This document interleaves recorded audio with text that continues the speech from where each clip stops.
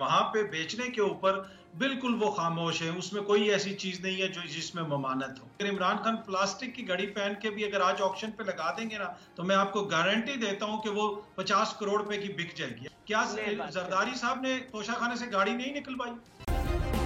Subscribe करें और bell दबाएं ताकि कोई खबर रह न जाए। डिक्लेरेशन ना करना समझ में आता है कि अगर आपने बेच के पैसे लिए या आपके पास तोहफे थे, आपने डिक्लेयर नहीं किया उसको तोशाखाने के रिकॉर्ड में, या बेच के पैसे लिए डिक्लेरेशन ना की, समझ में आता है कि वो जुर्म होगा।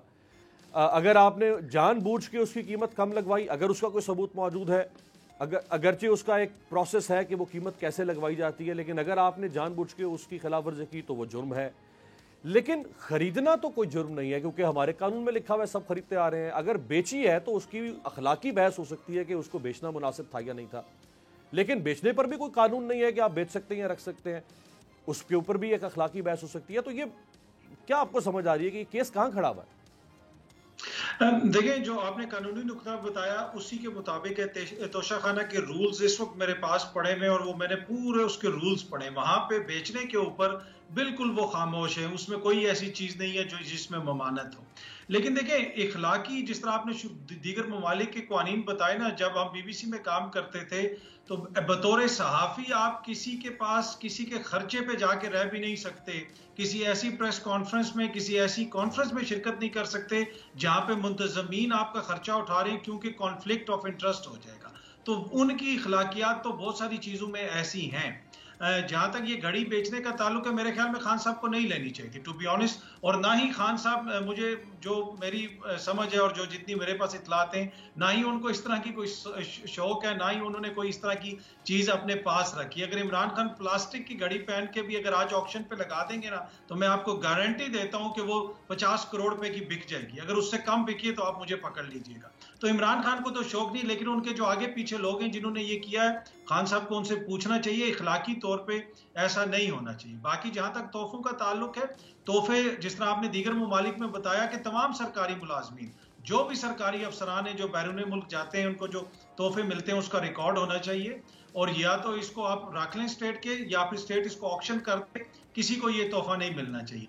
लेकिन इशू यहाँ पे जो है, जिस तरह शैला रजा साहिबा ने बताया और इमरान खान साहब का बताया कि उन्होंने ये ले लिया, मतलब कि I don't know what to say, to be honest. मतलब आप तोशाखाना की आपने डिटेल्स देखी हैं? आमिर मतीन साहब ने उस दिन कुछ चीजें शेयर की हैं, अबू जर सुलेमान साहब यहाँ पे बैठे हुए हैं और उन्होंने भी एक दी भी एप्लीकेशन, और वो तोशाखाना की डिटेल्स कोई शेयर नहीं कर रहा।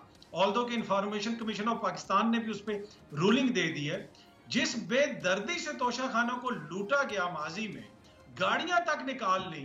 मतलब कि फिर जब वो लोग एतराज करते हैं ना कि इमरान खान की इस घड़ी के ऊपर, कि जी वो जो घड़ी उसने कानूनी तौर पे ली लेकिन सऊदी अरब से आई थी तो इसलिए बेच दी, तो ये बड़ा जनाब इखलाकियात का ये हो गया वो हो गया। मतलब यहाँ पे आप लोगों ने छोड़ा क्या है? सिंध के अंदर 400 गाड़ियां गायब हो गई जनाब। एक दफा पता चला कि गाड़ियों का रिकॉर्ड ही नहीं मिल रहा। बिलावल हाउस के आगे पीछे जो जायदादें हैं वो किस तरह खरीदी गई। मतलब इसमें इतनी है ना कि जब ये मसला होता है ना, कि जब ये लोग उसके ऊपर क्रिटिसाइज करते हैं, तो फिर आगे से अवाम जो है वो कहती है कि यार जब ये क्रिटिसाइज कर रहे हैं और इनका अपना क्या कंडक्ट है, क्या जरदारी साहब ने तोशाखाने से गाड़ी नहीं निकलवाई? कोई कह दे इधर आके चैलेंज कर दे, कंपेयर ना करे ना उन्हें। अगर आपको हमारी ये वीडियो पसंद आई है तो लाइक पर क्लिक करें।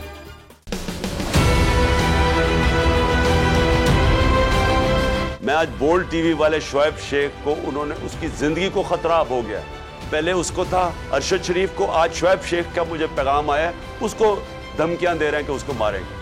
इस सिर्फ के बोल्ड टीवी हमें उठा रहा है। बोल्ड ने हमेशा हक और सदाकत का साथ दिया, सच के साथ खड़ा रहा।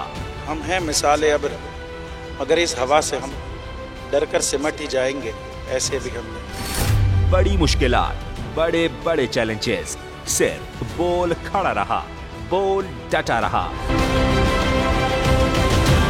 बोल को है जरूरत अवाम के दुआओं की।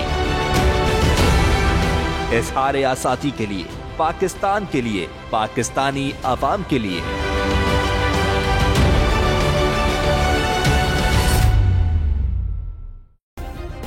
सब्सक्राइब करें और बेल दबाएं ताकि कोई खबर रह न जाए।